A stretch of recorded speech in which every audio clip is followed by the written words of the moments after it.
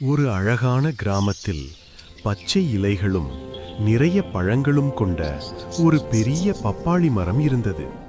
அந்த மரத்தை நம்பி நிறைய பறவைகள், சிறு உயிர்கள் அதன் கிளைகளில் வாழ்ந்தன. நான் இல்லையென்றால் இந்த இடத்தில யாரும் இருக்க முடியாது. என் பழம், என் நிழல் எல்லாமே நான்தான். மரமே, உன் நிழல் நமக்கு தேவைதான்.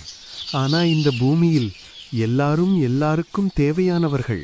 ஆனால் அந்த மரத்தின் அகங்காரம் அதிகமாயிட்டே போச்சு. ஒரு நாள் பலத்த காற்று, பெரிய புயல், அகங்காரம் கொண்ட அந்த மரம் தன்னை காப்பாற்ற முடியாம சில கிளைகளை இழந்தது. நான் தவறா நினைச்சிட்டேன். நான் மட்டும் இல்ல, எல்லாரும் சேர்ந்துதான் வாழ்க்கை. அன்று அந்த மரம் ஒரு பெரிய பாடம் கற்றுக்கிட்டது. அகங்காரம் உயர்த்தாது, அன்பும் பணிவும் தான் நம்மை உண்மையிலேயே உயர்த்தும்.